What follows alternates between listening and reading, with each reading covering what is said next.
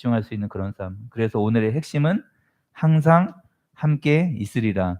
하나님의 완전한 약속입니다. 여러분 결혼식 할 때 뭐 다이아 반지를 이렇게 주는 경우도 있더라고요. 그런 의미가 뭡니까? 다이아를 해서 비싸지만 결혼식 할 때 예물로 바치는 이유가 뭡니까? 변하지 않는다는 의미로 그렇게 반지를 맞춰서 그렇게 고백을 하죠. 또 영원히 당신만을 사랑한다는 그런 고백을 합니다. 또 인간의 연약함들이 있지만 어쨌든 그 의미는 영원히 변치 않는다는 약속의 의미로 다이아 반지를 서로 이렇게 교환을 합니다. 여러분, 사람은 연약해서 이 약속을 어길 수도 있지만 하나님의 이 약속은 영원히 변함이 없고 하나님은 이 약속을 반드시 지키시는 분이십니다. 그 하나님이 우리를 너무 사랑하시고 항상 너희와 함께 있을 거라고 주님이 직접 약속하셨습니다. 할렐루야. 그래서 아까 불렀던 그 크신 하나님의 사랑, 제가 어려서부터 모태신앙이니까 수도 없이 많이 불렀는데 제가 훈련을 받으면서 납득이 안 됐던 게 그거예요. 하늘을 두루마리 삼고 바다를 먹물 삼아도 하나님의 그 사랑을 다 기록할 수 없다라는데 저 어려서부터 그게 동의가 안 됐어요. 아니 적을 게 얼마나 많으면 하늘을 두루마리 삼아서 그거를 먹물로 바다를 찍어 갖고 그렇게 적을 만한 사랑이 얼마나 많을까라고 의심 아닌 의심을 하면서 잘 믿지 못하다가 이거 몇 년 전에 깨닫게 됐습니다. 훈련을 받으면서.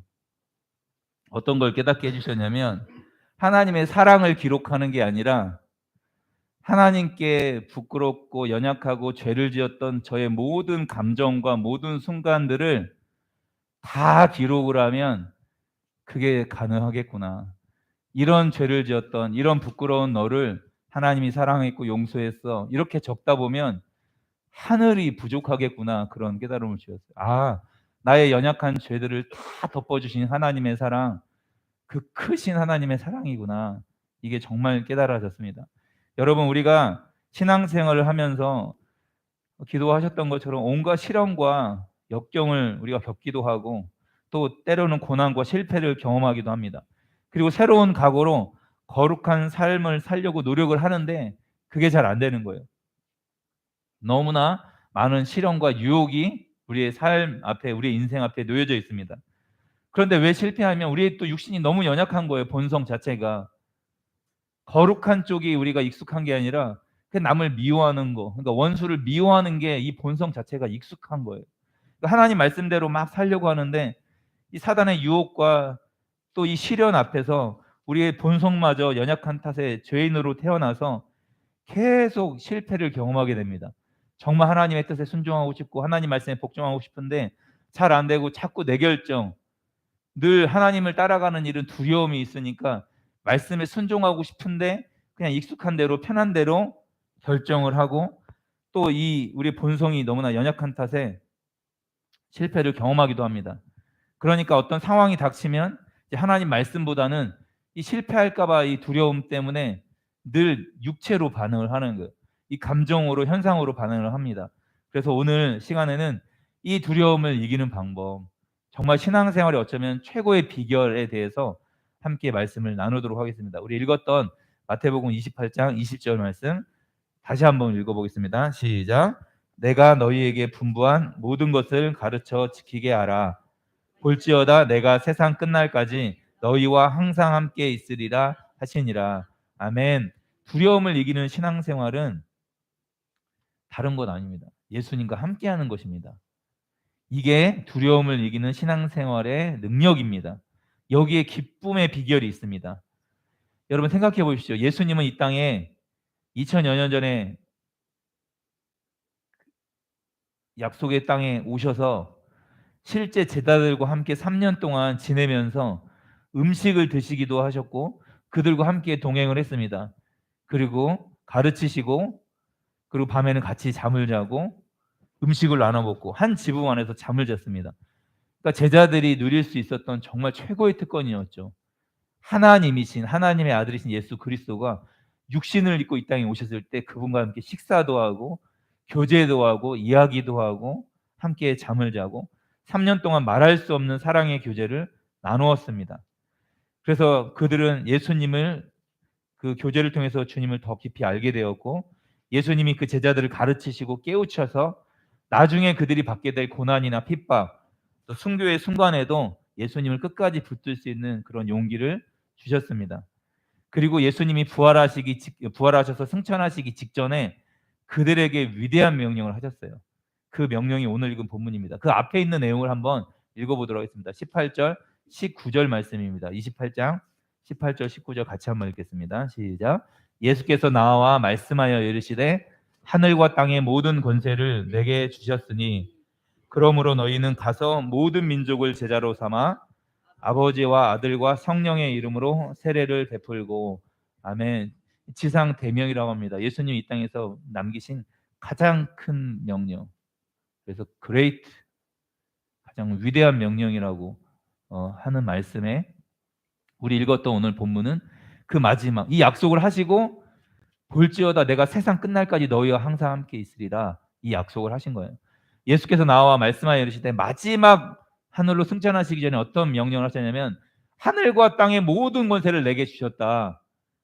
예수님이 승천하시기 전에 이 하늘과 땅의 모든 권세가 나에게 있다. 그래서 너희는 가서 모든 민족을 뭘 삼아? 제자로 삼아 아버지와 아들과 성령의 이름으로 세례를 베풀고. 뭘 가르치라고 합니까? 내가 너희에게 분부한 모든 것을 가르쳐 지키게 하라, 이 말씀이었습니다. 하늘과 땅의 모든 권세를 내게 주셨다. 이 예수님의 마지막 명령인데 이건 시내산 19장을 생각나게 합니다. 십계명을 주시기 전에 시내산에서 세계가 다 내게 속하였나니 너희가 내 말을 잘 듣고 내 언약을 지키면 너희는 모든 민족 중에서 내 소유가 되고 제사장 나라가 되며 거룩한 백성이 되리라. 세계가 다 하나님 거다. 그러니까 너희가 내 민족이 될 거고 너희는 제사장 나라가 되라, 거룩한 백성이 되라. 그러니까 너희를 통해서 이 모든 열방을 내가 구원할 거다. 하나님이 이스라엘 백성들에게 약속했던 그 약속을 지금 12지파가 아니라 이제는 12제자에게 명령하시는 거예요.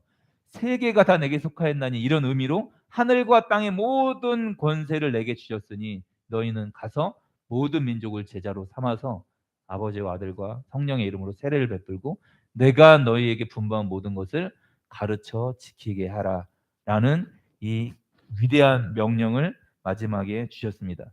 이 위대한 명령 뒤에 20절에 뭘 약속을 하십니까? 볼지어다 내가 세상 끝날까지 어떻게 해주신답니까? 너희와 항상 함께 있으리라. 할렐루야. 이게 정말 우리 신앙생활의 승리의 비결입니다. 항상 함께 있으리라. 예수님이 우리와 항상 함께 계십니다. 이게 얼마나 위대한 약속입니까? 아까 제자들 이야기했지만 사도 요한이 예수님과 함께 교제를 하고 성경을 나중에 또 기록을 하고, 베드로가 예수님과 함께 배를 타고 잠깐 무리를 걷는 경험도 하게 되어지고. 여러분, 그런데 예수님과 함께 지냈던 제자들보다 우리는 더 복된 삶을 살고 있는 거예요. 왜냐하면 예수님이 승천하셔서 성령, 하나님이 약속하신 때 성령을 이 땅에 보내주신다고 했는데 이제는 예수님이 밖에 있는 게 아니라 우리 안에 내주하시는 성령님으로 예수 그리스도의 생명을 마음껏 살아낼 수 있는 그리스도의 제자로 우리를 불러주셨습니다. 여러분, 제자들은 예수님과 함께 식사를 하고 거닐고 이렇게 그 영광을 누렸지만 우리는 하나님이 우리의 죄의 문제를 다 끝내시고 십자가로 우리의 죄의 문제를 다 끝내시고 3일 만에 부활하셔서 이제는 승천하셔서 성령을 보내주신다고 하는데 그 성령은 우리 곁에 있는 게 아니라 우리 안에 내주하시는 성령이었습니다. 그러니까 정말 이건 놀라운 일이었습니다. 이건 십자가로만 가능한 일이었습니다. 여러분, 정말로 예수 그리스도가 이 땅에 오셔서 우리가 하나님을 만날 수 없는 우리가 하나님의 영광을 회복시킨 그 그리스도께서 이제는 우리 안에 내주하시려고 성령을 우리에게 보내주셨습니다. 그래서 오순절 성령 강림 때 기도했던 120명에게 성령이 임하기 시작하는 순간 각 다른 나라의 언어로 막 기도를 하고 방언을 하게 되어지는 복음을, 하나님의 큰 일을 말하게 돼서 그 일을 들은 수많은 사람들이 그 지역에 가서 교회를 세우게 되어지는 놀라운 일들이 일어났습니다. 여러분, 이런 생각을 해보셨습니까? 예수님과 항상 그러면 함께하고 동행을 해야 되는데 이 일이 가능한가? 내가 집안일을 할 때도 있고 또 직장을 다니시려면 직장, 또 사업을 하시는 분은 사업 때문에 분주하게 일을 하는데 내가 예수님과 항상 동행하는 게 가능할까? 그렇게 생각할 수 있잖아요, 여러분. 예수님과 늘 동행한다는 게 가능한 일인가? 여러분, 이건 이렇게 한번 생각해 보았으면 좋겠습니다. 여러분, 내가 주님을 놓쳐도 여러분 업무에, 직장에서 사업에 그 일에 집중을 해도 상관없습니다. 그때 하나님과 동행하는 걸 마치 놓친 것 같은데 그렇지 않습니다. 제가 예화로 아기 예화를 써놨는데 여러분, 뭐 아기가 이제 딱 있으니까 저기 아름이하고 누리가 있잖아요. 이제 갓 돌을 지났는데 아름이랑 누리는 항상 엄마 아빠를 생각하지 않습니다. 얘는 그냥 배고프면 울고 그냥 지가 원하는 대로 막 이렇게 칭얼거리면 보통 세 가지잖아요. 졸리거나 배고프거나 쌌거나. 보통은 이 세 가지잖아요. 그러니까 놀아달라고 칭얼거리기도 하고. 그런데 이 아이는 항상 엄마를 생각하지 않아요. 그런데 엄마는 진짜 놀라운 게 엄마가 정말 위대한 게 항상 아이를 생각합니다. 거의 24시간 동안 딱 대기하고 있어요. 잠 잘 때도 아기가 잠깐 칭얼거리면 아빠는 깨지 않는데 엄마는 깨요. 정말 놀라워요. 그래서 아이를 다시 이렇게 아이의 문제를 해결을 해 주고 항상 주목하고 있고 항상 함께 있습니다. 여러분, 엄마 품에 잠든 그 아이가 너무나 연약하잖아요. 그리고 아이는 엄마를 늘 막 엄마를 생각하고 엄마를 항상 함께하고 막 그렇지 않아요. 그냥 배고파서 우는 거고 그냥 불편해서 우는 거고. 그런데 엄마가 아이를 계속 생각하고 있습니다. 이게 하나님과의 우리의 관계에 정말 거룩한 신비입니다. 사랑의 신비입니다. 하나님이자 인간이셨던 예수 그리스도께서 그 크신 사랑으로 우리를 끊임없이 생각하고 계십니다. 그리고 주님이 우리를 거룩한 팔로 우리를 안아서 마치 엄마가 아이에게 엄마가 항상 너 옆에 있어. 불편하면 이야기해. 엄마한테 이야기해. 뭐 대화도 안 되잖아요. 그런데 거의 아이의 표정 보고 다 알아듣는 것 같아요. 아이가 조금만 소리를 내면 뭐가 불편한지 그냥 바로 알아채는 것 같아요. 그런 것처럼 주님이 거룩한 팔로 우리를 안아서 사랑하는 아가야, 내가 너와 함께한다. 신실하고 전능한 내가 너와 항상 함께하고 있어. 내가 너를 지켜주고 있고 날마다 너를 보호하고 있어. 라고 하나님 아버지가 우리에게 말씀하시는 거예요. 마치 엄마가 아이를 늘 보호하고 아이와 함께하는 것처럼 그 전능하신 하나님이 우리와 항상 함께 하신다고 이렇게 말씀하십니다. 그러니까 우리가 주님을 놓치는 게 중요한 게 아니라 하나님이 우리를 절대 놓치지 않고 계십니다. 할렐루야. 그 주님이 우리를 거룩한 사람으로 만들어 가신다고 약속하셨습니다. 이 약속이 변하지 않습니다. 우리를 이 땅에서 꼭 필요한 존재로 만들어 주십니다. 아이가 뭘 잘해서 부모에게 필요한 존재가 아니라 그 태어난 존재만으로 그냥 너무 소중한 존재가 되는 거예요. 우리 부모에게 이 아이가 태어났다는 것만으로도 너무 소중하고 특별한 존재입니다. 그러니까 아이가 뭘 대단한 헌신을 해서 대단히 엄마 아빠를 사랑해서 사랑받는 게 아니라 그냥 존재만으로도 사랑스러운 사람이 되는 것입니다. 그래서 우리는 하나님께 너무 특별하고 소중한 존재입니다. 좌우 옆 사람 뒷 사람에게 그렇게 한번 이야기할까요? 당신 하나님께 특별한 존재입니다. 라고 우리 한번 축복하겠습니다. 당신 하나님께 특별한 존재입니다. 당신 하나님께 특별한 존재입니다. 너무 특별한 존재입니다. 여러분, 그 하나님이 우리를 특별한 존재로 불러주셨고 그냥 아름이랑 누리가 아무것 안 해도 그냥 이뻐요. 할아버지 할머니가 그냥 손주 보면 그냥 이쁠 거죠. 그냥 아무것도 안 해도 그냥 이뻐요. 그러니까 아들한테는 그 표정이 안 나오는데 손주한테는 그 표정이 나와요. 아들한테 이야기할 때는 아들아 이렇게 하는데 손주할 때는 이 텐션부터가 다른 것 같아요. 막 이게 막 저같이 가도 저희 어머니도 이게 자식 대하는 거와 딸 대하는 거와 손주들 손자 손녀들 대하는 게 달라요. 그냥 명절 때 가면 그러니까 이렇게 자주 안 오면 막 서운해하세요. 막 가서 특별한 거 안 하죠. 그냥 식사하러 가는 건데 특별한 거 안 해도 한 달, 두 달 안 가면 엄청 서운해하세요. 여러분 그래서 계실 때 자주 식사하시고 자주 찾아뵙고 하는 게 너무 행복한 일입니다. 여러분 그 주님이 나를 행복한 사람으로 이 땅에 만들어 가십니다. 그리고 나를 거룩한 사람으로 이 땅에 꼭 필요한 존재로 하나님이 우리를 친히 만들어 가시는 것입니다. 그래서 예수님을 믿는 그리스도인으로 주님이 우리를 계속 성장시켜 가시는 것입니다. 그러면 이런 말을 들으면 여러분들이 이렇게 생각할 수도 있습니다. 야, 내가 그 사실을 정말 항상 믿을 수만 있다면, 예수님께서 나를 돌보시고 매 순간 지켜주시는 사실을 계속 포기하지 않고 놓치지 않고 이 사실을 믿을 수만 있다면 얼마나 좋을까, 이렇게 생각할 수도 있습니다. 오늘 전하려는 메시지의 핵심이 바로 이것입니다. 볼지어다 내가 너희와 항상 함께 있으리라. 아이가 엄마를 놓쳐도 상관없습니다. 엄마가, 아빠가 그 아이를 위험한 순간에 잡아주고 그 아이가 위기에 처했을 때 그 아이를 구해주는 건 부모의 손길입니다. 여러분, 예수님의 능력과 거룩한 사랑을 걸고 하시는 말씀입니다. 내가 너희와 항상 함께 있으리라. 이 말씀이 영원히 변하지 않습니다. 그래서 한 번도 우리를 주님 본 적이 없잖아요. 우리는 얼굴과 얼굴로 주님을 본 적이 없잖아요. 그런데 주님은 말씀으로 자신을 계속 드러내고 싶습니다. 내가 얼마나 너희를 사랑하는지 이 예배를 통해서 하나님 자신을 드러내고 싶어 하십니다. 여러분, 그래서 예수님과 함께하는 삶이 얼마나 기쁘고 복된 삶인지 잠시 한번 생각해 보았으면 좋겠습니다. 여러분, 진정한 평안과 행복의 비결이 어디에 있습니까? 예수님과 함께하는 거예요. 그분과 함께하는 겁니다. 아기 때는 모르죠. 엄마가 나와 함께 해주는 게 얼마나 행복한지. 그런데 그 아이가 나중에 장성해서 결혼을 하고 자녀를 낳아보면 압니다. 부모님이 날 이렇게 사랑했구나. 나에게 정말로 모든 것을 다 내어주셨구나. 라는 걸 나중에 깨닫게 됩니다. 여러분, 진정한 평안과 행복의 비결은 바로 이것입니다. 이렇게 고백하는 것입니다. 날마다 예수님이 나를 지켜보고 계셔. 날마다 예수님이 나를 보호하고 계셔.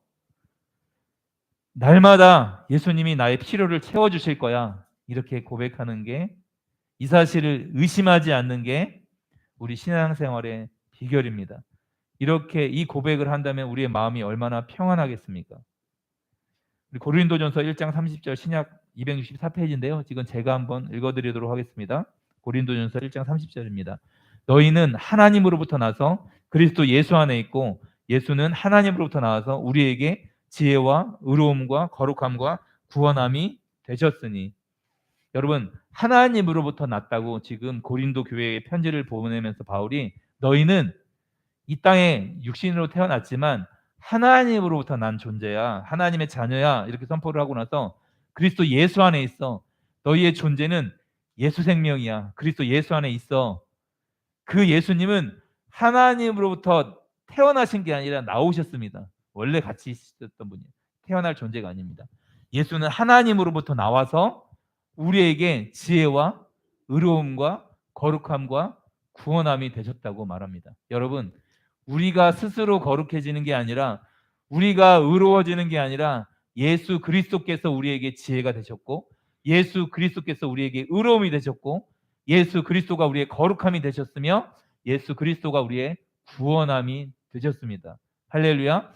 우리가 노력해야 되는 게 아니라 예수님이 우리를 이렇게 만드셨습니다. 여러분, 삶에서 힘든 일이 있으십니까? 때로는 지금 당장 해결해야 될 문제가 있으십니까? 아니면 사람과의 관계에서 어려움이 있으십니까? 그리고 혹은 잘못된 생각에 치우쳐 근심하며 불안해하고 있습니까? 하나님의 약속이 우리에게 있습니다. 이 위대한 약속을 예수님이 다 지키실 것입니다. 예수님이 나에게 지혜가 되시고, 예수님이 나의 의로움이 되시고, 예수님이 나의 거룩함이 되시고, 나의 구원함이 되십니다. 여러분, 지혜가 없으십니까? 주님을 구하시면 돼요. 주님이 나의 지혜가 되어 주십시오. 주님 안에 거하시기만 하면 됩니다. 여러분, 이것이 정말로 놀라운 사실이고 말할 수 없는 기쁨의 비결입니다. 나는 지혜가 없는데 예수님이 친히 나의 지혜가 되시는 이 놀라운 비결. 여러분, 한 번은 제가 청소년들에게 4박 5일 동안 복음을 전하면서 한 아이가, 거기는 원칙을 지키지 않은, 복음을 정확하게 전하는 수련회여서 원칙을 지키지 않으면 퇴소를 당하게 됩니다. 그러니까 다른 수련회와 다르게, 만약 담배, 중고등학생인데 담배가 걸렸다 그러면 1차 권고를 했는데 또 걸렸다 그러면 퇴소입니다. 퇴소. 너무 중요한 이 복음을 듣는 집회라 이 마음의 이 중심을 딱, 그러니까 계속 여자친구들이 화장을 하거나 진행부에서 계속 권면을 하는데 너무 짧은 바지를 입고 다니는데 한 2차까지 권면을 했는데 지키지 않는다. 계속 화장을 한다. 그럼 퇴소입니다. 왜냐하면 하나님 앞에 서는 시간이니까 전국에서 오는 아이들이었고요. 그런데 한 번은 미국에서 온 아이였던 것 같아요. 중학교 3학년인가 2학년이었는데 나중에 그 수련회 끝나고 나서 그 친구가 고백해서 알았어요. 저를 죽이고 싶었대요. 저는 그 경기도에서 하는 수련회였는데 전주에서 그 아이들 섬기려고 전날 가서 강의 준비하고 4박 5일 동안 하루에 12시간씩 복음을 전해서 중고등학생들 은혜 받는 거에 헌신을 하겠다고 갔는데 생전 모르는 미국에서 온 중3 아이가 월, 화, 수 강의를 들으면서 저를 죽이고 싶었대요. 저는 그냥 복음 이야기밖에 안 했는데 우리가 죄인이라는 이런 이야기밖에 안 했는데 나중에 들어보니까 복음이 막 부딪히기 시작하니까 저 앞에서 계속 이야기하는 저 사람이 너무 짜증이 나는 거예요. 그래서 자기 곁에 칼이 있었으면 찔러 죽이려고 막 그런 마음을 품었다는 거예요. 생전 모르는 아이인데 말씀 전하다가 찔려 죽을 뻔했습니다. 그런데 어찌 다행히 주님이 보호해 주셔서 찔리진 않았는데 그 아이가 나중에 저희 진행부의 권고를 어겼고 그리고 여기서 마음을 돌이키지 않으면 퇴소를 당할 수밖에 없는 상황에 딱 절박을 했습니다. 그래서 너무 안타까워서 다음 날이 아마 이제 수련의 마지막 날이었는데 오늘 금요일 날 끝났는데 오늘 목요일인데 이 일이 너무 안타까워서 함께 모인 학생들하고 같이 기도 좀 하자고 이야기를 했습니다. 그 전까지 3박 4일 동안 중고등학생들이니까 기도를 잘 안 하잖아요. 간절한 마음으로 좀 하나님 앞에 좀 나와라. 전심으로 말씀 들어라. 막 그래도 반응을 하지 않던 이 아이들이 그러니까 정말 예수님이 너무 지혜가 놀라우세요.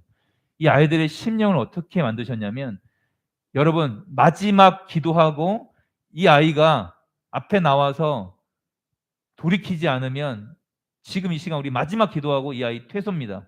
이 아이는 우리 보낼 수밖에 없습니다. 우리의 원칙이 그러니까 하나님 경외함으로 아침 9시에 시작하는데 1분만 늦으면 안 받습니다. 하나님 앞에서 서약을 했기 때문에. 그래서 저도 4분 5분 지각했는데 돌려보낸 적이 있어요. 청년 캠프 할 때. 너희들 원서 쓸 때 하나님 경외함으로 지각하면 들어올 수 없습니다. 약속을 하고 자기가 사인을 했습니다. 그러니까 5분 늦어서 5분 늦은 거 그냥 받아줄 수 있지만 살아계신 하나님을 경외함으로 우리가 받지 않는다라고 해서 돌려보낸 적도 있습니다. 어떤 분들은 제가 하는 수련회는 아니었지만 선교사님이 진행했던 신혼여행으로 미국에서 오셨는데 20분인가 30분 늦었어요. 선한 목자교회에서 그때 일주일 동안 복음학교를 했는데 20분 30분 늦었는데 얄짤없습니다. 못 들어옵니다. 하나님을 경외함으로 약속을 했고 면접을 했기 때문에 담임 목사이신 유기성 목사님이 저희 선교단체 앞에 지나가시면서 아이고 미국에서 왔다는데 아이고 유기성 목사님도 복음학교를 하셨거든요. 원칙을 정확하게 아시죠. 그런데 얄짤없습니다. 미국에서 와도 어떠한 댓글 비행기가 연착됐다 어떤 핑계가 통하지 않습니다. 하나님 앞에 약속한 것이기 때문에. 그런데 마지막 기도를 하고 이 아이 이제 퇴소 돌려보내려고 하는데 성령님이 이 아이들의 심령을 중고등학생들의 심령을 강타하기 시작해서 아이들이 통곡을 하면서 기도를 하는 거예요. 저 아이 살려달라고 저 아이들 복음 들어야 된다고 여기서 정말로 예수 그리스도를 통해서 하나님의 자녀인 거 정말 믿어야 된다고 아이들이 통곡을 하기 시작했고 기도가 다 끝났습니다.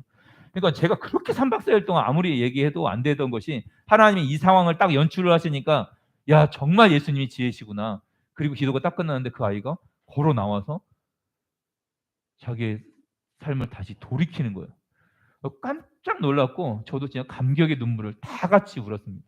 그 아이 마지막 날까지 같이 정말로 십자가를 통과하는 시간, 정말 죽음으로 자신을 넘기는 시간을 갖게 되었습니다. 여러분 정말로 주님이 우리의 거룩함의 비결이십니다. 우리 스스로 거룩해야 되는 게 아니라 우리의 지혜가 없습니다. 그래서 히브리서 2장 11절에는 거룩하게 하시는 자와 거룩하게 함을 입은 자들이 다 하나에서 난지라 라고 이야기하고 있습니다. 여러분 우리를 거룩하게 하시는 분 또 우리를 거룩하게 하시는 분하고 우리와 함께 하나에서 나왔습니다. 이걸 이야기하고 있습니다. 로마서 13장 14절인데요. 제가 한번 읽어드리겠습니다. 오직 주 예수 그리스도로 옷 입고 정욕을 위하여 육신의 일을 도모하지 말라. 오직 주 예수 그리스도로 옷 입고 정욕을 위하여 육신의 일을 도모하지 말라라고 이야기하고 있습니다. 예수 그리스도로 옷 입어야 한다고 말씀하고 있습니다. 아까 기도할 때 이 기도를 하시길래 깜짝 놀랐어요. 제가 할 말인데 그리스도로 옷 입으셔야 합니다. 여러분 사사기 6장 34절 말씀 보면 지금 개역 개정에는 여호와의 영이 기드온에게 임하시니 이렇게 표현되어 있는데 예전에 개역 한글에는 이렇게 쓰여 있습니다. 이게 개역 한글이 저는 낫더라고요. 이 표현이 여호와의 신이 기드온에게 강림하시니. 지금 성경은 임하시니 이렇게 되어 있는데 강림하시니. 이 히브리어 이 강림이라는 단어가 라바시입니다. 히브리어로 라바시. 이 뜻은 둘러싸다, 옷 입히다 이런 의미가 있습니다. 그러니까 여호와의 영이 여호와의 신이 기드온에게 둘러싸는 겁니다. 옷을 입히는 것입니다. 그리스도로 신약에서는 그리스도로 옷 입어야 된다고 이야기하는데 여호와의 신이 기드온에게 강림하시리니 둘러싸니 옷을 입히니 그러니까 기드온의 능력으로 이스라엘 백성들을 구원한 게 아니라 기드온 미드안 족속을 물리친 게 아니라 여호와의 영이 여호와의 신이 기드온에게 옷 입히니까 감싸니까 둘러싸니까 그 능력이 기드온에서 나오게 된 것입니다. 똑같은 단어가 이 라바시라는 단어가 출애굽기 40장 13절에는 아론에게 거룩한 옷을 입히고 라는 이 입히고에 라바시라는 단어를 사용합니다. 그 제사장의 거룩한 옷을 입혔던 것처럼 여호와의 영이 기드온에게 입히는 것처럼 우리가 그리스도로 옷 입는 것입니다. 이렇게 옷 입은 사람은 나의 정욕을 위해서 육신의 일을 도모하지 않습니다. 육신의 일, 안목의 정욕, 이상의 자랑, 이 탐욕, 정욕 이것 때문에 우리가 날마다 무너지는 건 아닙니까? 그런데 이걸 바라보지 말고 거룩한 하나님의 뜻에 순종하라고 이야기하고 있습니다. 여러분 예수 그리스도로 옷 입는다는 게 무슨 뜻입니까? 나의 몸 전체를 덮어주신다는 것입니다. 가려주신다는 것입니다. 볼지어다 내가 세상 끝날까지 너희와 항상 함께 있으리라 라고 말씀하신 예수 그리스도로 옷 입어야 합니다. 나와 늘 함께 하시는구나. 우리 옷을 입고 다니면 그 옷을 항상 보게 되잖아요. 옷이 나를 가려주잖아요. 그리스도로 옷 입으면 그리스도를 늘 생각하고 그리스도를 붙들고 그리스도가 나와 함께 계시는 걸 늘 생각을 하고 이렇게 살아가시는 것입니다. 여러분 그 사실을 굳게 믿고 온전한 옷을 입어야 합니다. 빌립보서 2장 5절 말씀인데 제가 한번 읽어드리겠습니다.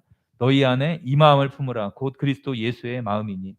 여러분 그래서 이 마음을 품어야 되는데 예수 그리스도의 마음을 품어야 됩니다. 예수 그리스도로 옷 입고 우리의 마음에는 그리스도 예수의 마음을 품어야 됩니다. 겉에는 예수 그리스도로 옷 입고 우리의 마음은 예수 그리스도의 마음을 품어야 합니다. 그 예수님은 그 빌립보서 2장에 뭐라고 이야기하냐면 죽기까지 복종하셨다는 표현이 나옵니다. 여러분 그리스도로 옷 입었다는 것은 어떤 의미냐면 일평생 복종의 길을 걸어가셨던 그리스도로 옷 입었다는 의미는 우리도 동일하게 이 말씀 앞에 그렇게 복종의 삶을 산다는 것입니다.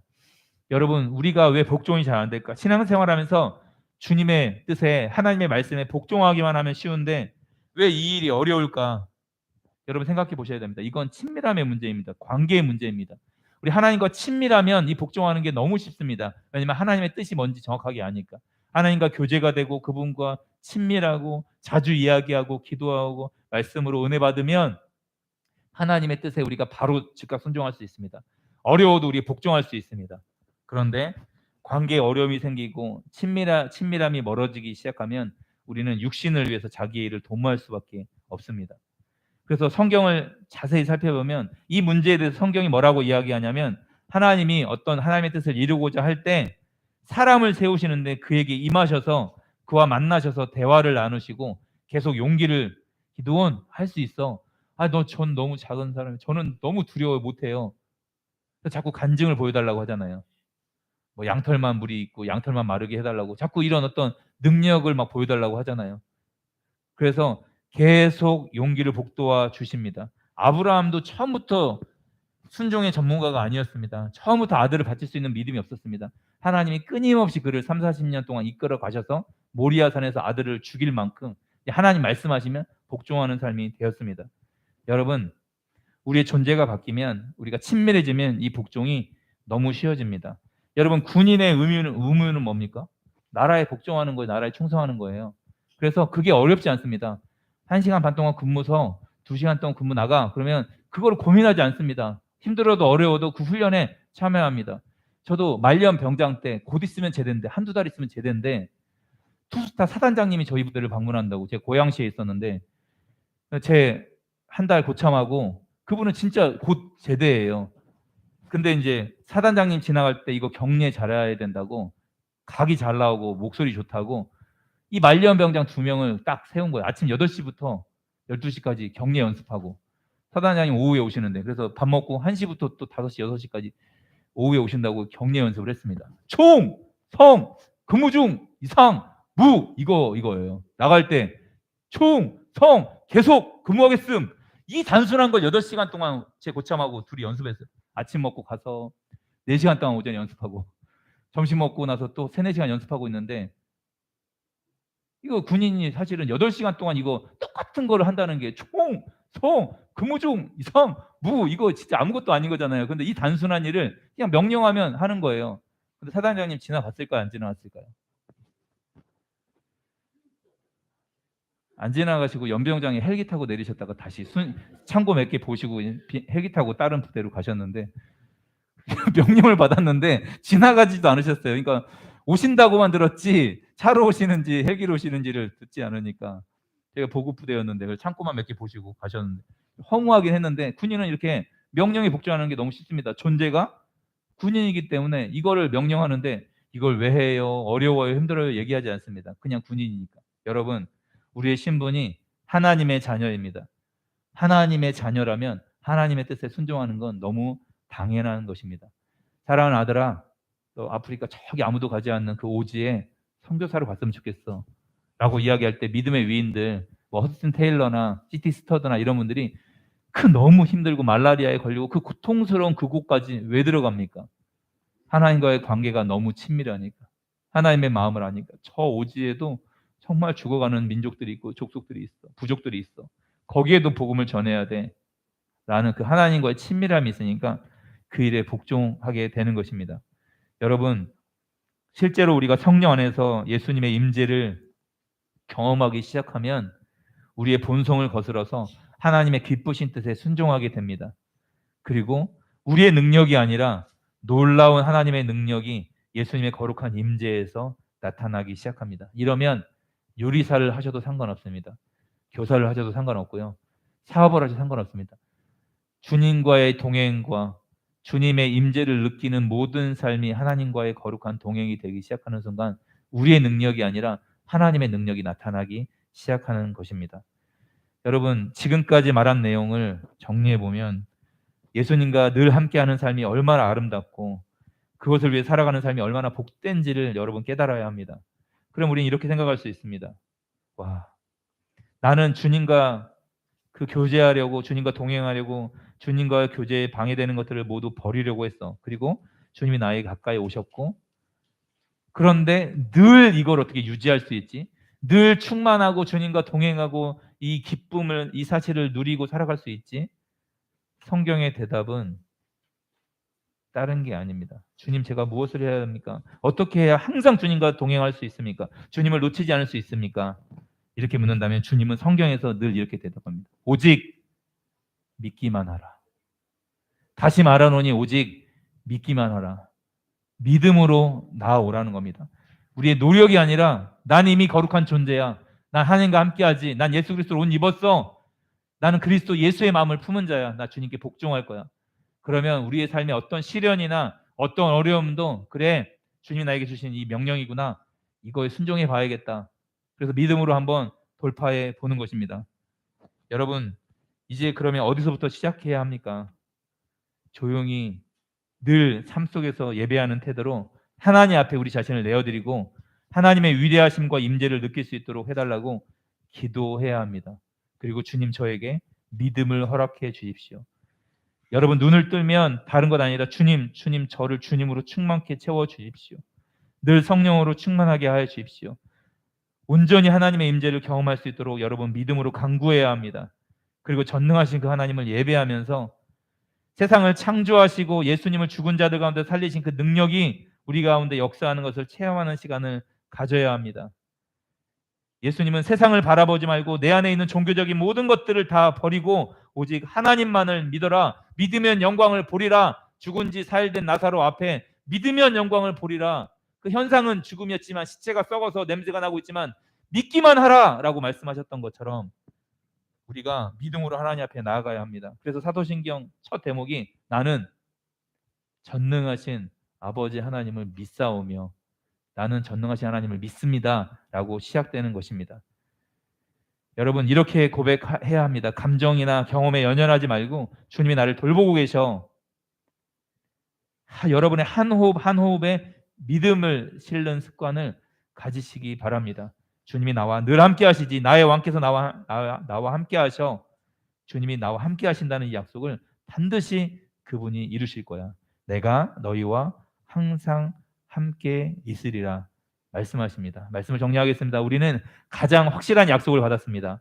결코 실패할 수 없고 두려워할 이유도 없습니다. 왜냐하면 하나님이 언제나 우리와 함께 하시기 때문입니다. 그 믿음으로 한 주간 믿음으로 승리하시는 원월드 모든 성도님이 되시기를 주님의 이름으로 축원합니다. 찬송가 400